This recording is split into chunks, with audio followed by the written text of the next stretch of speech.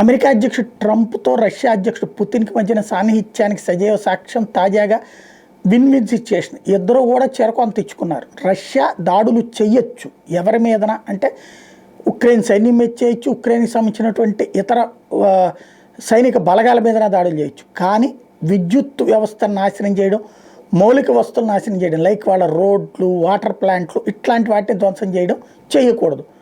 దానికి Russia okay. అదే సందర్భంలో శాంతి చర్చల్లో ఇది తొలి ఒప్పందం అన్నటువంటిది చెప్పుకురావడం ద్వారా ప్రపంచ శాంతి కోసం అవిరళ కృషి చేస్తున్నట్టు మహానుభావుడుగా ట్రంప్ సీన్ కట్ చేస్తే ఇక్కడ ఏదీ ఆగదు. ఇదే సందర్భంలో రష్యా అమెరికా అధ్యక్షుని ప్రశంసలతో ముంచెత్తింది. అదే ట్రంప్ కనుక లేకపోయి ఉంటే అశాంతి రేగేది.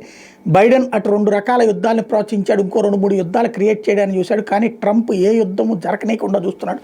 ఇది ఆయన దగ్గర ఉన్న ప్రత్యేకత అని చెప్పుకొస్తున్నారు.